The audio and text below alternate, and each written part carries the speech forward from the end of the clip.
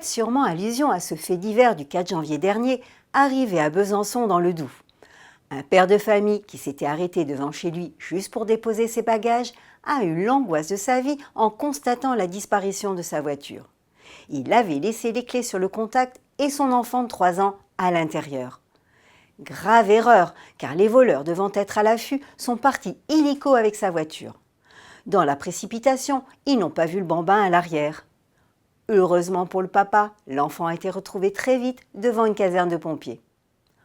En revanche, concernant l'auto dérobée, si elle n'est pas récupérée ou si elle est retrouvée en mauvais état, il risque d'avoir quelques soucis avec l'assurance, même s'il avait souscrit à une formule tout risque ou une autière plus vol incendie. Il ne devrait en effet pas être indemnisé pour ce vol, les clés étant restées sur le véhicule. Ce manque de précaution fait partie des exclusions de la clause vol et tentative de vol des conditions générales de tous les contrats auto.